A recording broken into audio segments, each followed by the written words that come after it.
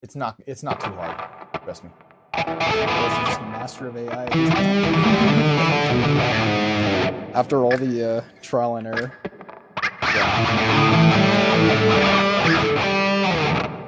Well, I think that's just about everything we need to start. Your mics are good. Double check. I want to see this. Yeah, the AI stuff. I mean, on Saturday, I spent the whole day. Okay. Yeah, literally just back and forth. But I built some cool things. That's what that spreadsheet is right there. I'll talk about it after. Sweet. Yeah. Yeah, I'll show you because it helps us. It helps us both out. Cool. All right. Looking forward to it. Yeah, I was doing something media related. I'm already finished with the recordings. Cool. Heck yeah. Well, that sounds exciting. Cool. Shall we dive in? Yeah, let's do it. All right, let's do it. Cool. So going on from here, shall we start with, what do you want to plan on starting with, actually? Because I didn't quite prepare a warm-up. Let's go ahead and hit some bar chords. Yeah, Cool, just cool. bar chord strengthening. All right. I gotta say, I did not realize we were already streaming too. Yeah, we were talking streaming. about all that AI mess. Cool. Cool. All right, I'm gonna go ahead and change our tone over to a clean tone. Yep, that's good. Our live cam. Yeah, we definitely do not want crazy distortion while we're hitting our bar chords, because that'll just sound like super awesome. Yeah. Awesome. Sometimes I wonder if just like some of those forbidden things in guitar, you can somehow make work. Why not try to write a song with the just heaviest distortion you can possibly think of? I can give you a very nerdy explanation. All right, yeah. Yeah, so it's the distortion and how it interfaces with the frequency of your first and fifth, which is why a first and fifth will sound typically good on distortion. But when you add the third is so unstable within the harmonic sequence, and when you put that in distortion, then it gets really jacked up. And that's why I like a lot of like those jazz chords, let's think like seventh, nines, sixth chords, etc. Yeah, those start to sound really muddy because there's just so many you're essentially getting just dissonant noise. Yeah, they're not dissonant frequencies, but they're not closely consonant either. And when you're throwing a distortion on there and that's throwing off the waveform, exactly, it's just a recipe.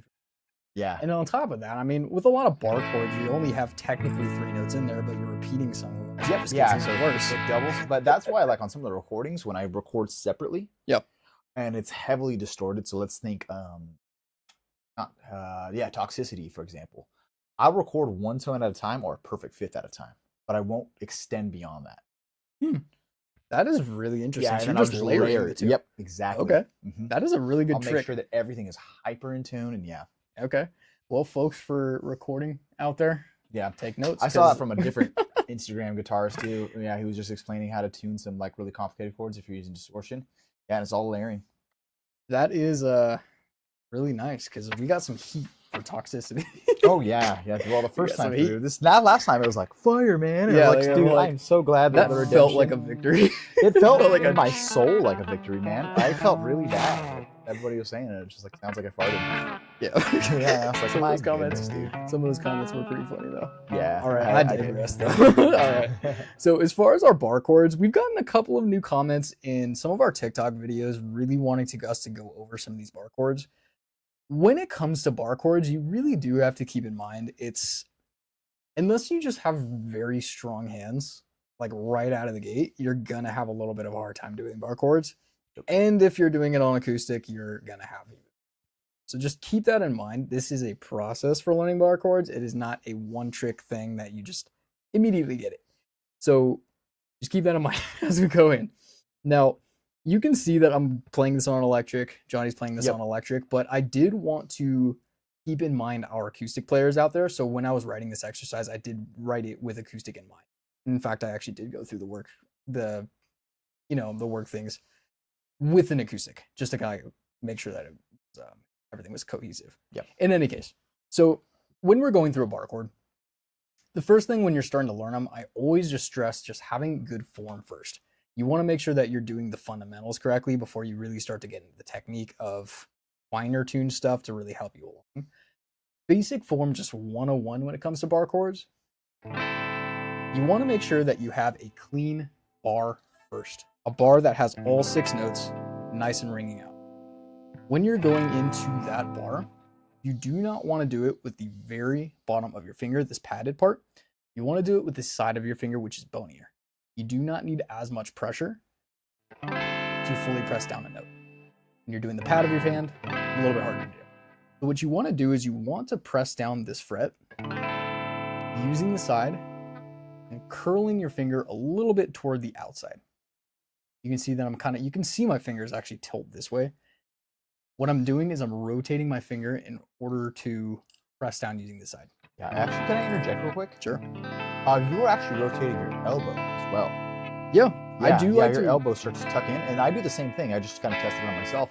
And just by rotating your elbow in towards your body, you will then be able to kind of curl your hand to the side to hit that bonier side of your finger. Yeah, absolutely. So you have this first. You want to make sure that that box is checked. From there, if you can make sure that all 6 of your strings ring out, that's already another rating step. From there, I like to ensure that my thumb stays right underneath my first finger, kind of like a capo would. This just ensures that you're not putting like skewed pressure on your first finger. Anything like this, anything like this. You want to keep it like right underneath. This just allows you to keep a nice consistent pressure on your finger. Easiest to press down too. Most comfortable too. So that being said, capo finger, kind of tilt it off to the side a little bit. From there, you then take the rest of your thumb. My first chord that I'm making, you can see, is our E string based major shape. Right here, 5th fret, we have our bar. Second finger goes on E6, ring finger, A3. That actually threw me off of the A7 right there. Yeah. A7, right? Yeah. Technically an E note. This note right here. Oh yeah. But right, it would be A7. And then your pinky would go on D7 right here. All these notes together, plus your bar. Right here too, so that way it's There you go. So that's all those numbers. Yeah, does it help you out? Yeah. Sweet. Cool. So that there would complete your bar chord. One extra tip, I do hear a lot of people say that it's easier to keep the bar a little bit closer to the end of just a little bit easier to press down. You can see that there's a lot of space up there here at the top of the 5th fret because my first finger is occupying the bottom part. And apparently this is easier. I've never really noticed a difference, but if you do notice there's a difference, having it scooted a little bit further down, by all means, do that if it's easier. Overall though, you want to make sure that you have your finger here, tilt it off to the side, thumb directly underneath it, place the rest of your fingers alongside. After that, you basically should have your perfect bar chord form. Now, it is easier said than done. Sometimes you will check all these boxes, it still will not sound the way it's supposed to. The first thing I like to do is I like to check my string sets and make sure that either my bass strings are not muted or my treble strings are not muted. So here's what I mean by that. You want to divide the E, the A, and the D strings into one chunk, G, B, and E into another chunk. Your bass, and then your treble strings. Oftentimes with my students, and even myself, if I experience any type of buzzing throughout one of these strings, either the low one or the high ones, it tells me that I'm either not putting enough pressure with the tip of my finger, which controls the bass strings, or the base of my finger, which controls the treble. Let's just give you a quick example. If I have a bar, let's just say I pluck each one by one. You can hear that the bass strings ring out, but my treble strings don't. That immediately tells me I need to press harder with the base of my finger. Fix that, boom, all 6 are ringing out. Vice versa, you might get a lot of clarity in these treble strings and muting in the bass strings. That simply tells me press down with the tip. Sometimes you can get away with a little bit less pressure because of the shape of our hand. Naturally, when we're forming a chord with these other 3 fingers, these strings, where these fingers are occupied, you don't have to worry as much about the bar. However, you still might experience buzzing here on this low E string or these higher strings, in which case you default back to, am I putting enough pressure on either the tip of my finger or the base of my finger? So that's always kind of a step 2 if you're still experiencing buzzing. Number 3, I like to sometimes build my chords one finger at a time. This is kind of a weird tip that I've developed over time, where sometimes when I'm forming a bar chord, having the bar there doesn't necessarily affect buzzing. at all. Like I can get perfect clarity here. And then when I go to actually form the rest of the chord, it all of a sudden starts to buzz. Yeah. And that's not necessarily because like I'm not pressing the correct way with these 3 fingers. Sometimes it's just putting down these other 3 fingers shifts the position of your first finger, or maybe you're just lacking enough pressure. You maybe start to lift your first finger a little bit. A number of different reasons. But one thing that's always helped me in particular is just putting the bar first and then building the bar chord one by one. It's a weird exercise. To start out with your bar, start with another finger, put another finger, and then put your final finger. Then just kind of build your chord one by one. And then for some reason, this just helps me. Hopefully it helps you guys. Making sure that I have all 6 strings really nice and clear all the way through too. It's a weird exercise, but it helps. It's had a couple of students help as well, but hopefully that helps you guys. And then lastly, I did put this because I was doing this on an acoustic, which I typically do not play an acoustic anymore. Yeah. So stretch. I was noticing considerably my hand was really getting tired. Yeah. So as you're doing bar chords, especially if you're brand new to them, definitely put in stretches in there. This is a workout, if you will, especially if your hands are not fully used to forming bar chords. Your hands need to build that muscle strength. So you want to include stretches in there. If you feel cramping, like right here, you want to make sure you're taking breaks, getting some blood flow to your hands, even just massaging this part of your hand right here. You will experience that pain as you go. And you do need to just keep in mind that it's like a workout. You are working out the muscles, and as you're consistent with it, that will lessen. You won't feel as much pain. You'll be able to do bar chords for longer. But if at any point you start to feel that pain, it starts to feel like there's a burn right here, you do want to try to stretch just to kind of get that blood flow going, to relax. Cool.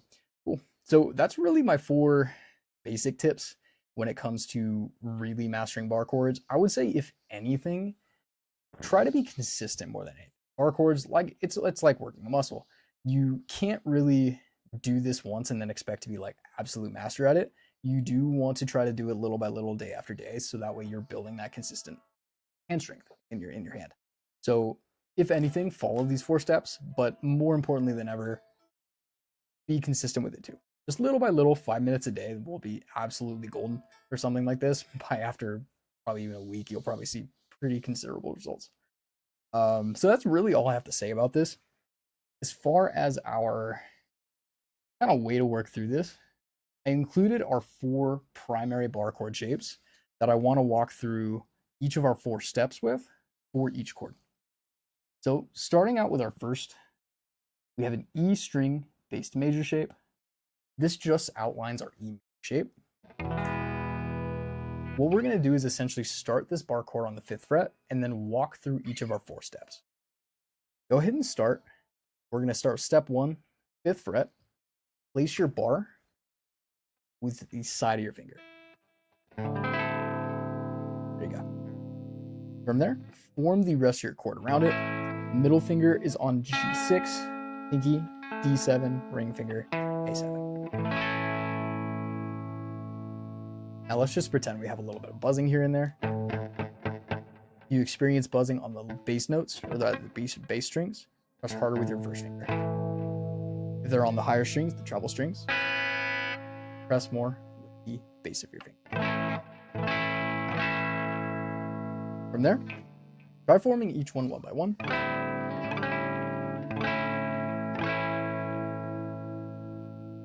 And then naturally, if you're new at this, you're going to want to stretch it out before you move on.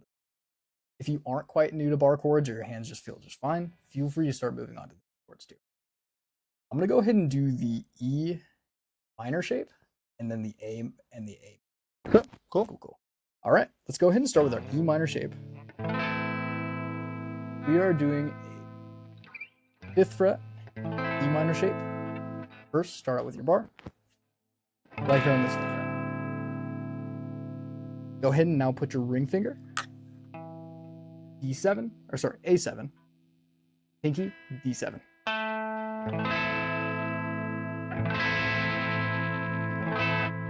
From there, check for buzzing. Feel free to reform your shape 1 finger at a time. Once you feel like you have it done, stretch if you need to. I'm going to go ahead and look into our A major shape. With this shape, we are now moving up our root note, or rather our kind of like target note, to the A string. So we are going to omit the low E string. We're no longer going to be playing this. 5th fret once again. You can either form D7, G7, and B7, one after the other, or you can bar it as such. I'm going to go ahead and do it like this, just always been a little. Make sure your bar is touching the side of your finger. Press down with your thumb, or rather push it with your thumb. Check for buzzing. Form each one by one if you need to, and then of course. All right, let's go ahead and do our minor shape. Once again, I'm going back to that 5th fret. This is another one of our A-based shapes. We're now going to be mimicking the minor shape. Middle finger on B6, ring finger, D7, pinky, G7.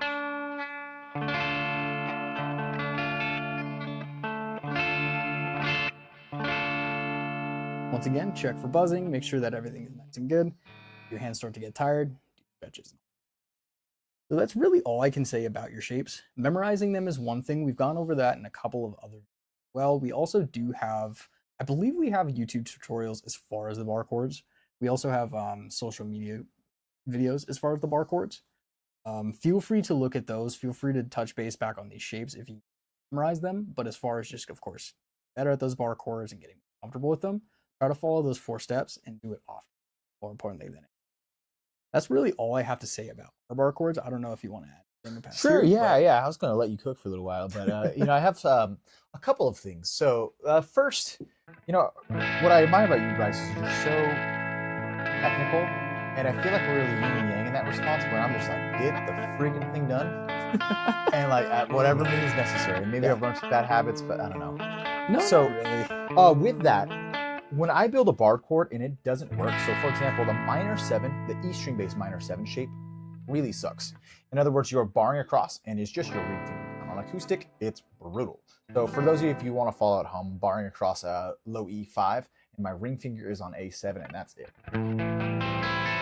You actually will hear a little bit of buzzing, right? There.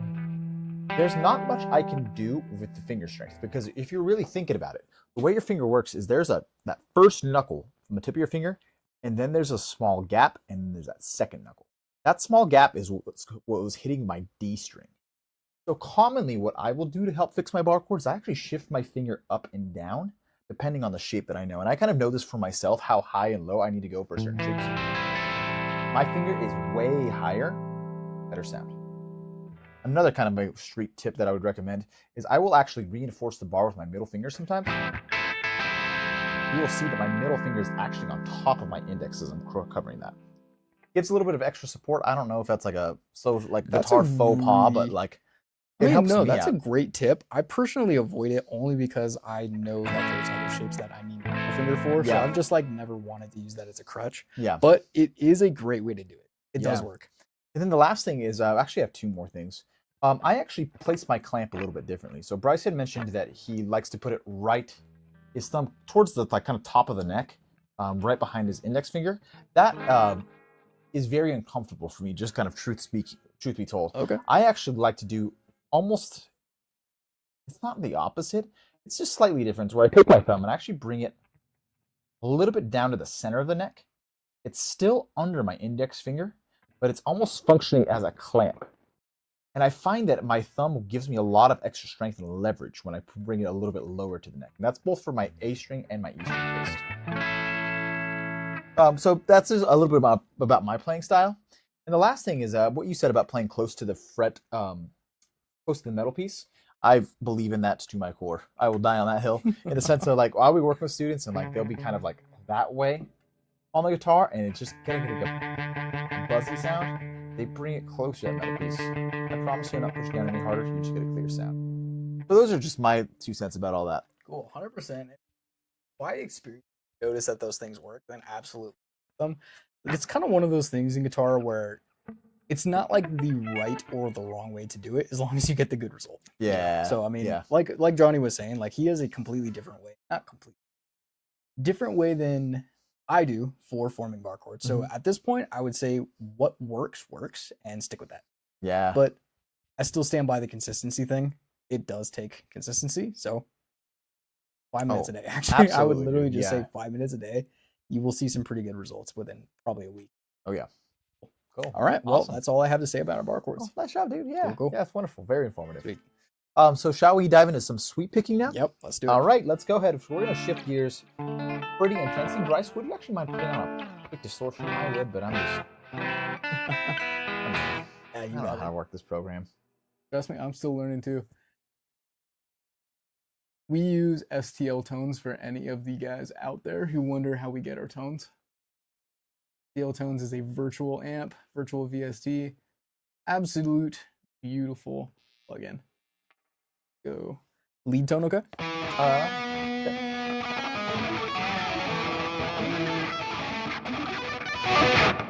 Yeah.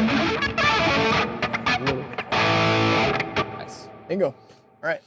All right, so let's go ahead and start talking sweep picking. So this is one of those kind of tricks. I hardly ever use it in my own playing. If you're a solo writer, you're going to use it a ton, but like for myself, I don't use it. I more have learned it just because it's kind of a fun party trick to know as a guitarist, and people think you're good when you do a sweep pick. Yeah. So let's start talking about the mechanics. I have a major shape and a minor shape. The major shape is going to be highlighted right over here. I recommend as we go through this just to follow along with me, I'm going to use my pinky. I'm going to apply that to A12. Leave that there. Ring finger is going to be on D11. Index will cover your G9. Middle finger, D10. The index finger will also cover your high E9. Now, the point of a sweep is that you're actually rolling your finger, rolling your pick as you are going through the exercise. Some slower speeds, it's not going to feel so much like that, but in the quicker speeds, if I'm going, that I very much just go, whoop, on the guitar. Hence the name sweep. You're not really picking. You were literally just kind of like a pseudo strum, but you're not being as loose and as quite careless as a strum. I shouldn't say the word careless, but it's like a methodical strum. Yeah, it's well-timed strum. Slower than a strum, faster than a regular pick. Yeah, it's just kind of a weird kind of middle ground. Yeah. Outside of that, I've heard some really helpful tips that have been useful for me. So one, and I cannot stress this enough, I mean, we harp on this all the time, please do not go faster than you can do clean. Meaning, if you are stopping today at 100 BPM, just stop there, get some sleep, come back at it the next day. I promise you, I plead you, it will help. Yep. Another helpful exercise is just to practice one hand at a time. Or you could practice your left hand. If I'm practicing my left hand at a time, I'm actually hammering on into each note.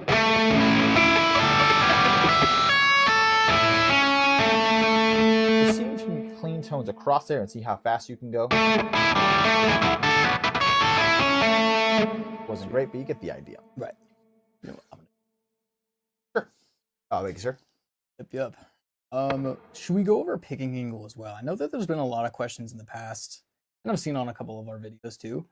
Picking angle. Let me actually. I'm gonna test out a really fun. For anybody who has ever swept the floors, do you sweep the floors with your broom at a down angle and you like are doing this, like you're churning butter, or do you hold it at an angle? When you're sweeping with a guitar, it's the very You're changing your picking angle to sweep. It's the name. It's the strings. You twist your pick kind of in the opposite direction of where you're moving your hand. So if I'm moving my hand this way, I'm sweeping this way, my pick is pointing this way. And then on the vice versa, if I'm moving my hand this way, my pick points that way. This just allows your pick to nicely glide across the top of the strings. You don't need to hold it like dramatically sideways, but just enough, I just dropped my pick, but just enough to where it glides across the strings and it doesn't get caught. Yeah. Hey, can we change the format of that? 100%, yeah. Let's go back here. Okay, perfect. Yeah, exactly right. Where if I'm picking down, spatially speaking, my pick, the top of my pick is down, base of my pick is up, and vice versa. Now, the last thing that I want to say about this is that you will notice there's going to be kind of a. Oops. That 9-12-9 at the top of your ascension is a slight pause in your sweep. And this is where most people are going to get tripped up, in the sense that it's not a quick down, up, steady motion. It's like a down, slight pause, go back up. So practice makes progress. Just practice that. From there, we have our minor shape down here. We're going to hit the minor shape twice as well. But we're going to slide up the guitar neck, where I still have my pinky on 14, middle finger on a D12, index on G11, middle on B12, and then high E, index on high E10. I should point out that actually should be a hammer on, so let me go ahead and just hammer on the whole feel, and same thing. Pretend like it's there on the other ones too. Sorry about that, guys. Is that you, Addison? It could be me, though.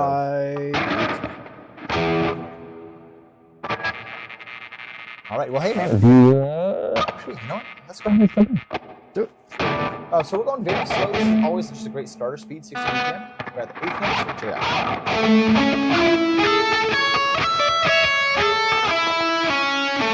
As we're coming through this,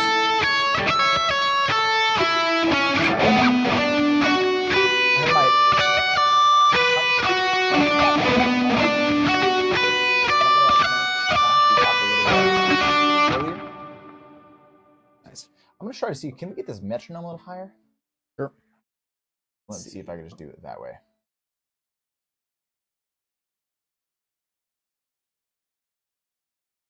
Awesome. Does that feel good for you? Yeah, let's go ahead and do it again. Yeah, let's do it again. Ready? And play.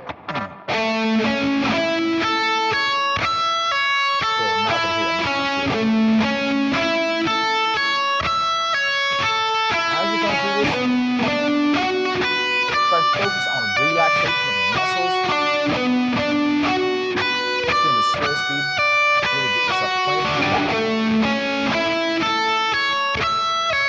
Takes time. A lot of practice to get the shapes down. As I notice all the spots I cannot put on my pull off.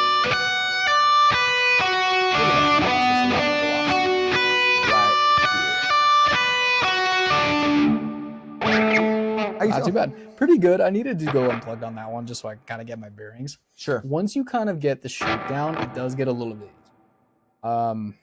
Essentially, it's kind of that one finger per fret rule. You're keeping your finger in one specific fret to play any of that number. Then once you kind of like get the position a little bit, it gets a little bit easier. Yeah. One thing, if I can add, I think this is kind of based off of one of our cage shapes. If you don't know what that means, it's totally not important. But essentially, the bottom part right here is kind of mimicking a C. And then I'm visualizing the top of the shape as a D chord. Yeah. So it's like a C chord mixed with a D chord. Hopefully that helps as far as like where you put your the position of your fingers.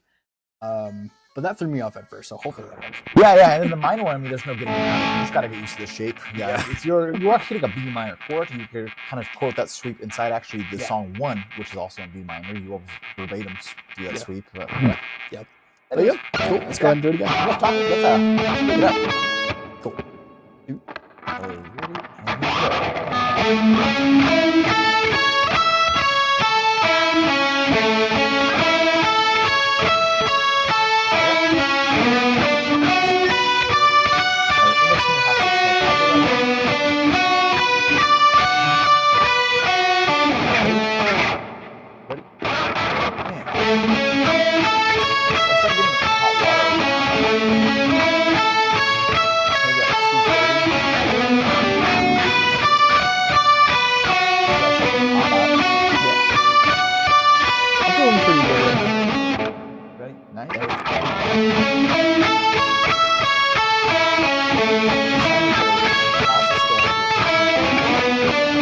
Really playing because I can tell one of us is definitely out of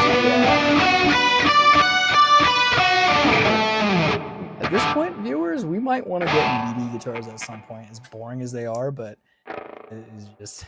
Yeah. If you had to guess what instrument gets out of tune the quickest, I would have to say it has to be guitar. It has to be guitar. Yeah, pianos will stay in tune for years. Yeah. So, anyways. All right. Well, would you like to tune first? Sure. All right. We're gonna go ahead and hit this once we our finished review.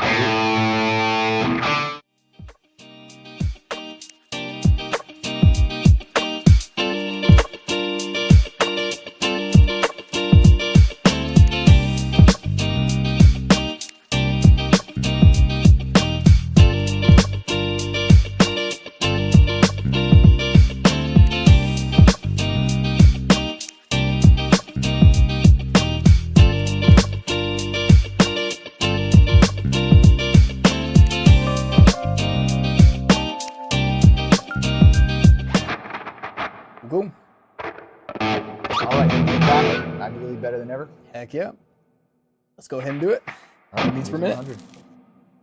Ready? Here we go.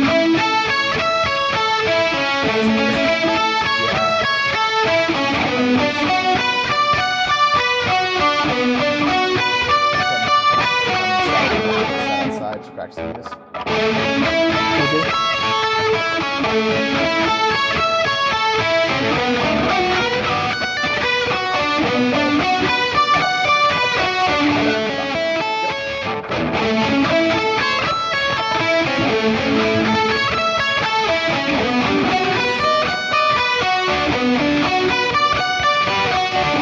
Woo! There you go.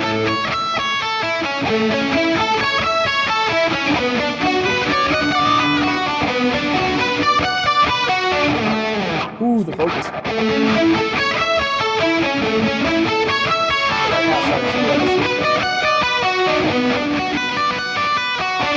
My pick.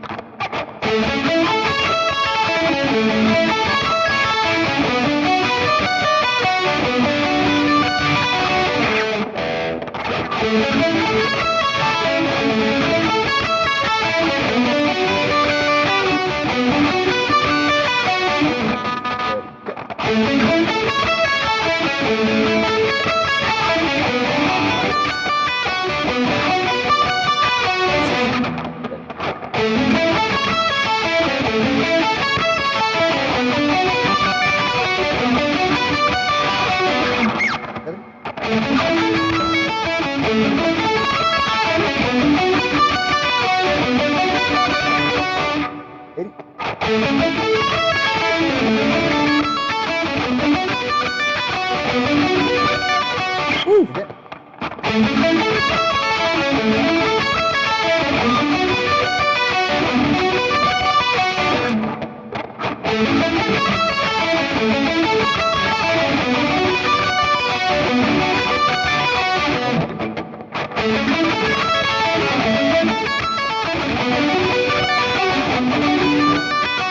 That's where I drop out.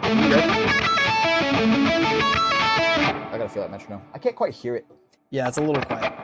Here, you keep going. I'll see if I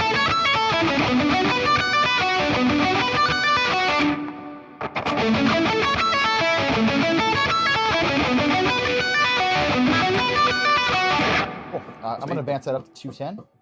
It's still feeling kind of easy and kind of like honestly kind of brainless for me, Okay. with the exception of when I couldn't hear the metronome, obviously. So Yeah. let's just see how far I go. can do.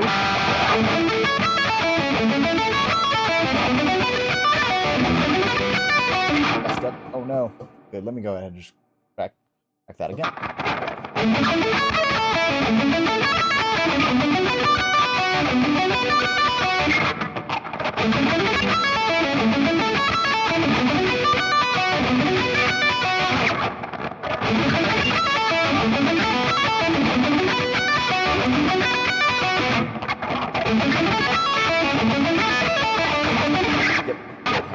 Yeah. So as I said, when we were kind of warming up, I started getting hot water around 240. Now, I was talking to Bryce a little bit earlier. Let's see if I can just insert myself another measure.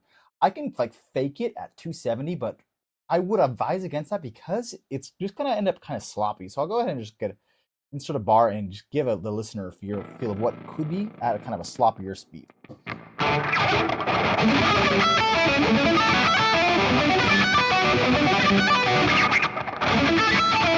Yeah, it's Yeah, that's so forth. pretty quick. Well, you start to notice a lot of my center notes start to go out just because it's not fluid. It almost feels like a semi guesswork.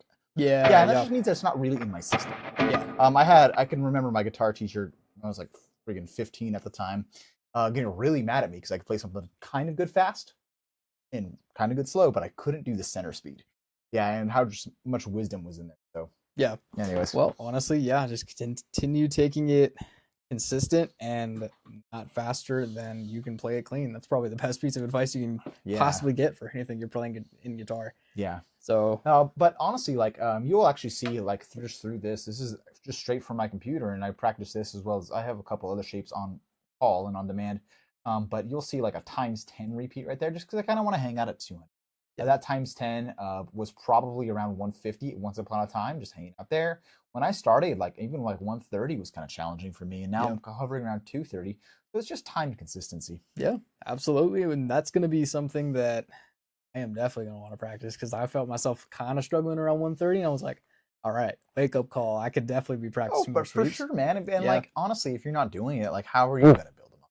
You know? True. Yeah, True. like you only know what you know. You only practice what you practice, and if you're not practicing it, like you're just not going to get better. And there you go. And if that's not something you want to do, then like, I'm not saying that you, but like the listener, if that's not something you want to do, then don't do it. Like just do what makes you happy. But I know for myself, it makes me happy getting faster at it, which is why I 100%. feel the draw to do it. 100%. Yeah, and then that wisdom will apply to whatever you do want to do to just stay consistent and keep practicing. Yeah. Yep. All right. Well, Cool. That's pretty good for a sweep picking exercise. You can find this inside the link in the description if you do want to. Yes, sir. Cool. Cool. All right. So let's go on to our next one, which is the intro to Hail to the King. So Avenged Sevenfold, awesome. I do want to point out that right now we are kind of in a drop D shape, but we don't actually need to drop D because we're not going to even hit what would be the equivalent for low E in this song. Please also understand that the actual recording is a half step lower, but because we're both doing guitars that we are tuning and untuning in real time and stuff like that. Right. I didn't want to drop a half step for the sake of this song, so I went ahead and just modified everything as if it was in standard tuning. So there you go. All right. Well, good heads up. Cool. Good heads up. So really quickly, all I want to say about this song is just get good at picking, bud. Get good at picking because you have that first. Yeah, I guess one could economy pick, but you know me, I'm kind of lazy and I don't want to think that hard, so I just kind of alternate pick through this. A lot of pull-offs to 0. And so on and so forth. I don't necessarily want to speak too much into it. I would recommend just looking at this frozen screen, pausing the video, and just seeing if you can just metabolize this for yourself. Also understand this line right over here is a different. It deviates from the regular line.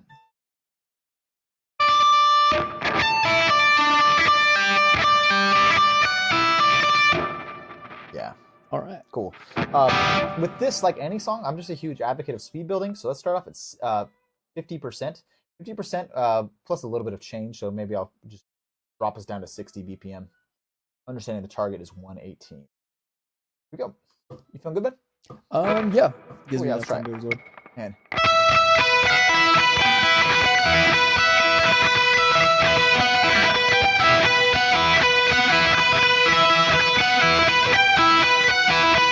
right here.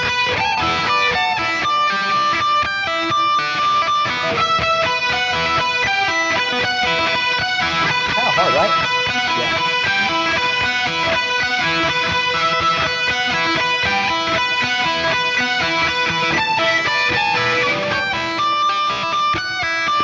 Interesting. Yeah, it wasn't super clean for me. I have a hang up.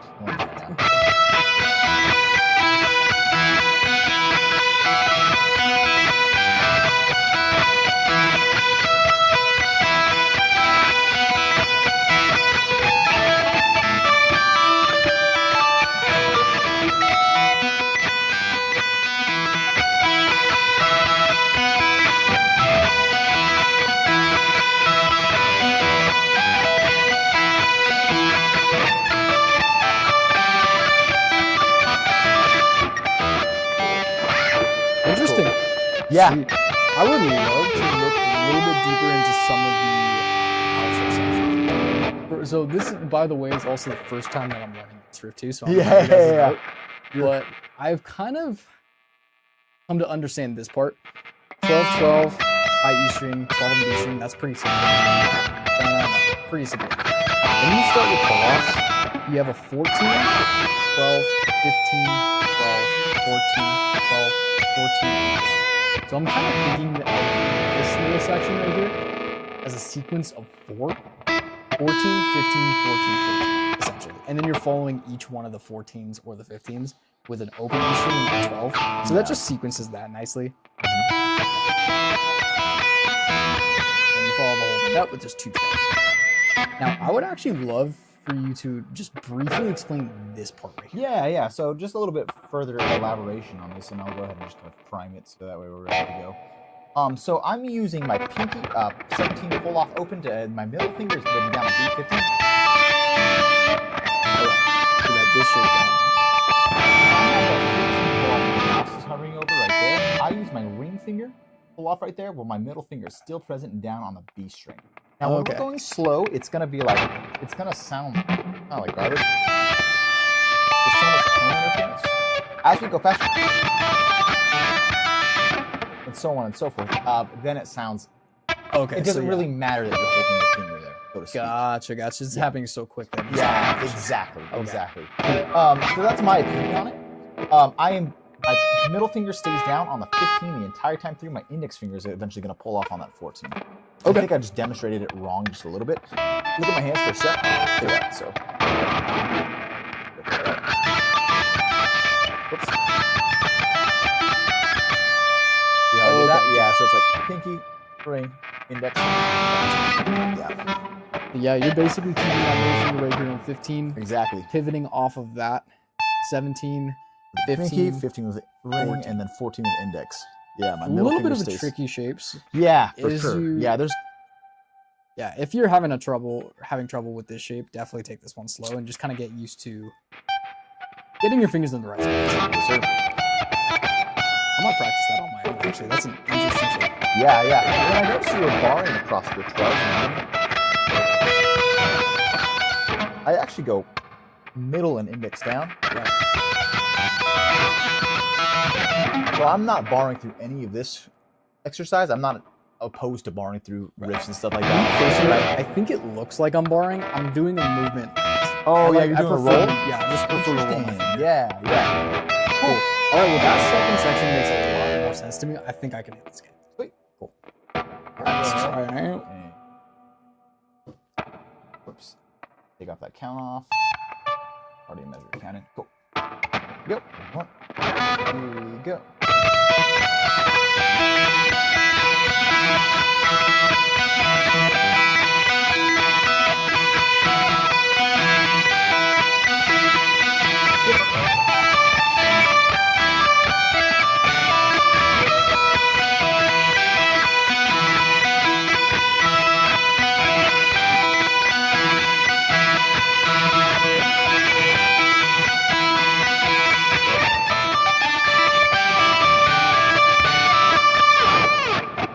I think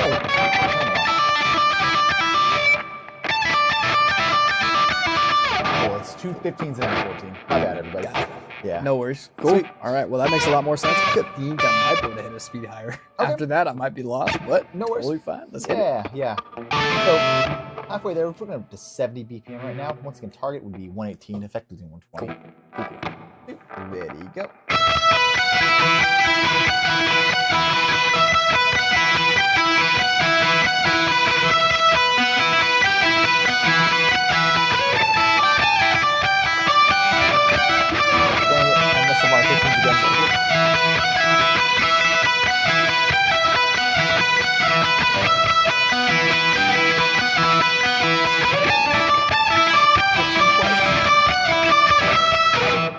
Nice. Cool.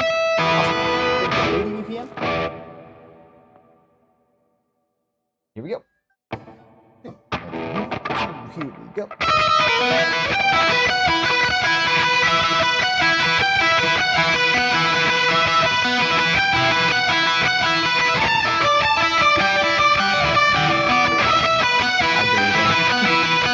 What's the most one we do?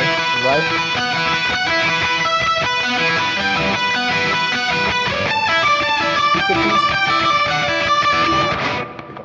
Hey, you're hanging in, man. Yeah, I'm doing better. Yeah. Here we go.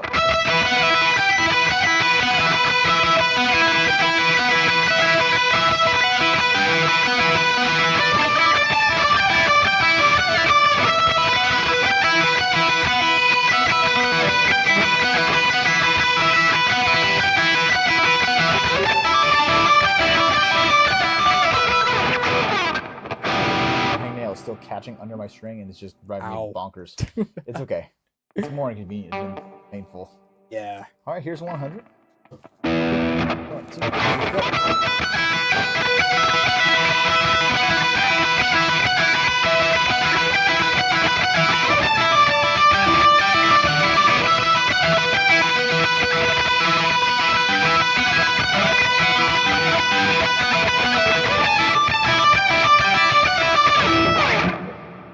Cool. How you doing? Pretty good. I'm like hanging on barely, but like, every time I do it, I'm getting like a tiny bit better. So I'm like, just good see for how you, long I man. got. Good for you. Let's see. 1, 2, here we go.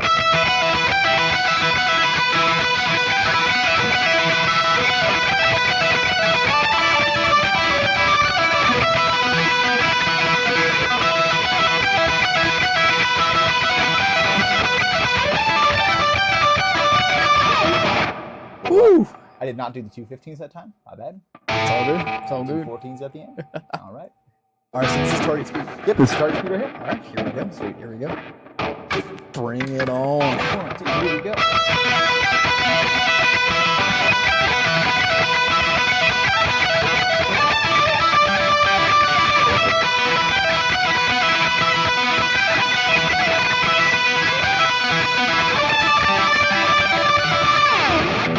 Oh, burner. Yep. That's a burner. Yep. Yeah, the alternate picking there at the very end definitely started to get me. So if you're not quite at that full level speed yet, remember to relax your hand because I'm struggling with it. Yeah, yeah, and there is a high level of coordination in just being able to alternate pick, or better yet, economy pick if you have the time and patience for it. I did It's not. clear that I don't either. Yeah, but It's all good. Whatever technique works. I think that alternate picking would work better in this case. I personally would.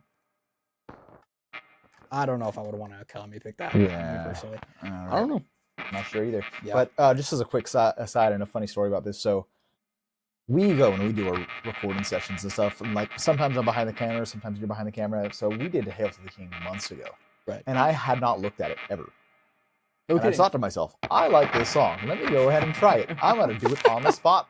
And we do that. Like I'll just Yeah. like, okay, I've never really played this song, but I'm sure I can do it. Yeah, and we Yeah. just go through. And I could not believe how hard it was. And how you were like ready with the camera, and I had to sit You're here just and like, learn the riff. Yeah, Sometimes So- it's like that. You can hear a song and like the sequence and notes are like, I can do that. And then you like start to look into it and you're like, You're like- I feel like what was the song? Hot for Teacher, when I first looked at it, was exactly that. I was like, I remember that like I had tried tapping before and I was like, okay, I can kind of do that, like the pseudo eruption solo, and I was like, okay, yeah, I can totally tackle this, and then I saw how it was going. yeah. Yeah. Yeah. Anyways, Anyways. total ramble, but don't bite off too much more than you can chew. Just take it slow if you can, if you need to. Oh, well, hey, let's dive yeah. into some soloing work. Sweet. Yeah. Yeah, 100%. Cool. All right, let's go ahead and go over to our live camera. We have a couple different tracks today. What should we tackle? Should we tackle minor key, major key, Mixolydian? I mean, Mixolydian dude, track's fun. we flip a coin or three-sided dice, or I don't know, however you want to say it. In partial with me, I'm happy to just rip wherever we're at. Sure. All right, let's do like our. Do this one. What is that in? S and D. Actually, can I request that you give a brief explanation to our viewers at home? That way they can just kind of. Sure. Okay, so essentially we are going through a mimic solo inside of the key of D. Now, D major, we position either our pentatonic 5 with our pinky on the 10th fret, or pentatonic 1 on the 10th fret. You can use both. You can also do like shape 4, preferably shape 5. Now, essentially, we're gonna just do a bit of, I guess, back and forth. Maybe you take on 8 bars, I will take on 8 bars. And yeah, feel free to play along if you would like. The chords will just kind of go and repeat themselves. The sections will repeat themselves. You'll have like a verse and a chorus, and then you just kind of fire away. Sweet. Yeah, and I would say if you want these shapes, or if you're unclear of what's going on, we have a lot of cheat sheets on the website that you could download. They're free resources. I'd love to just share those with you. Yeah, the idea is just get really good at these shapes, go them back and forth, and that will go from there. Heck yeah. Well, in that case, I would love for you to start out. Sweet. I'm gonna go ahead and just get our pentatonic shapes Okay. rolled up. Actually, Awesome. Yeah. So let's start the song. Start off with shape 5. Let's have some fun.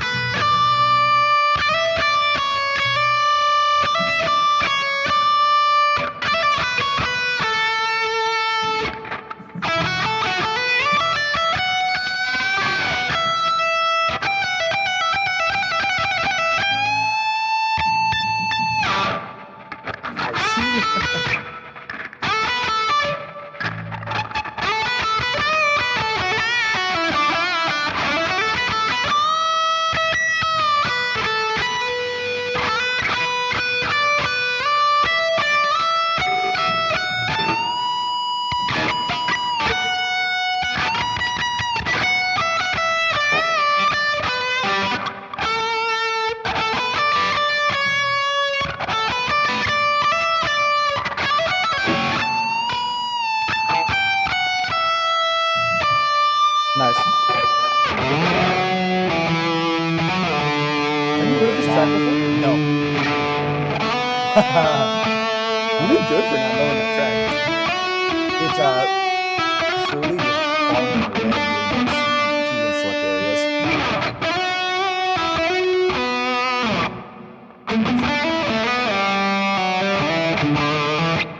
You got a lot of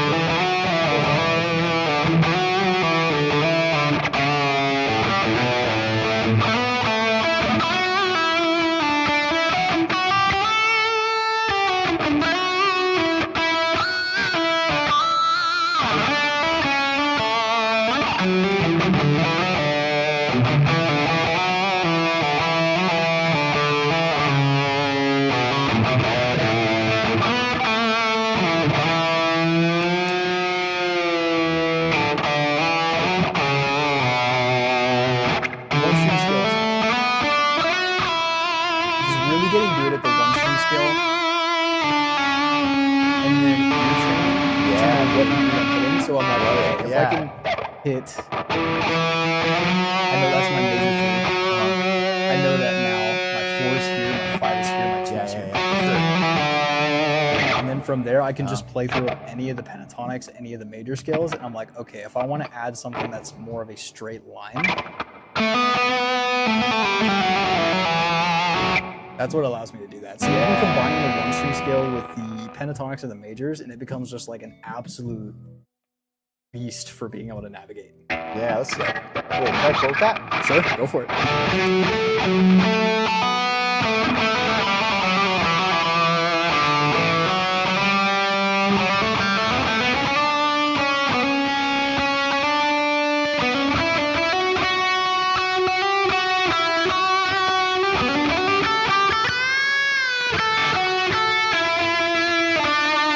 That's me falling on blue.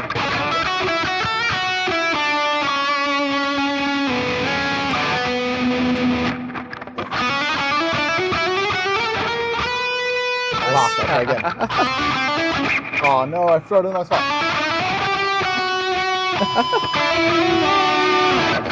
Yeah, I just stopped.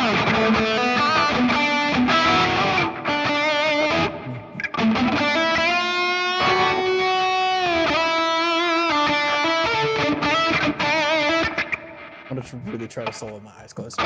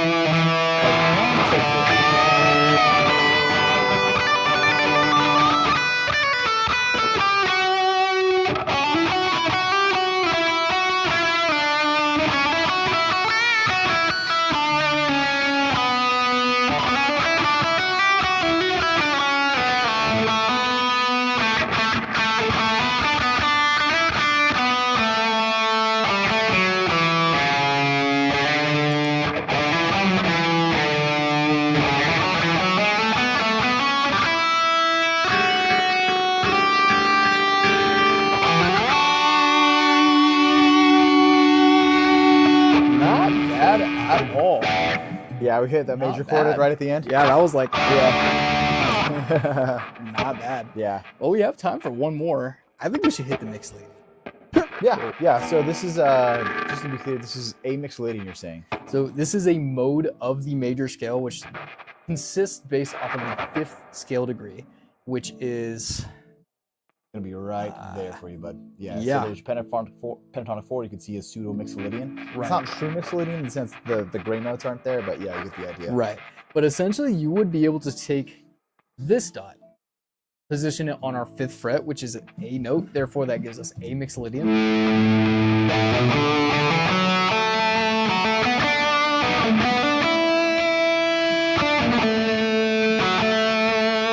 Gives us just that kind of nice little bluesy kind of laid back sound. One trick that I would experiment with is using the pentatonic 5 and the pentatonic 1, both based off of the 5th fret. So like how we're basing this note of our pentatonic 4 off of the 5th fret, try doing the pentatonic 5.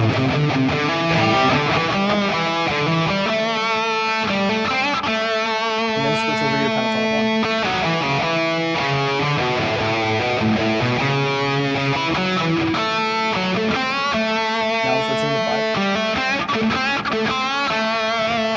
Switch between them with a little relative ease, if that makes sense. There's like some dissonance in there, but like sometimes it's not sure why. It feels very collective soul to me. It does. Yeah. It does. Yeah. Maybe that's what they do. I should listen to them and I know, just right? pick apart what they do.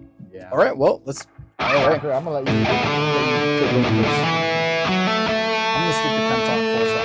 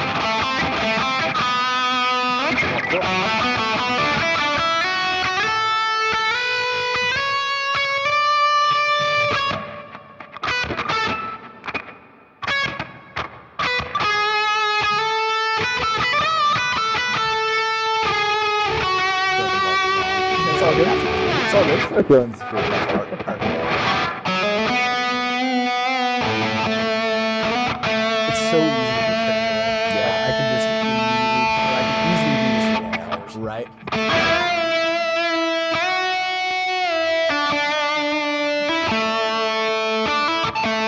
think I can easily just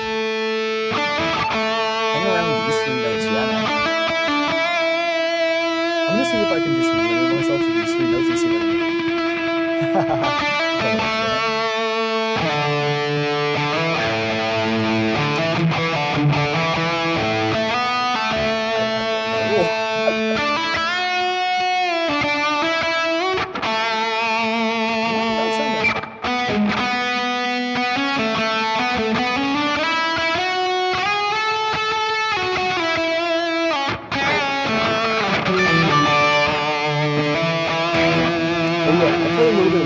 jump in with a solo.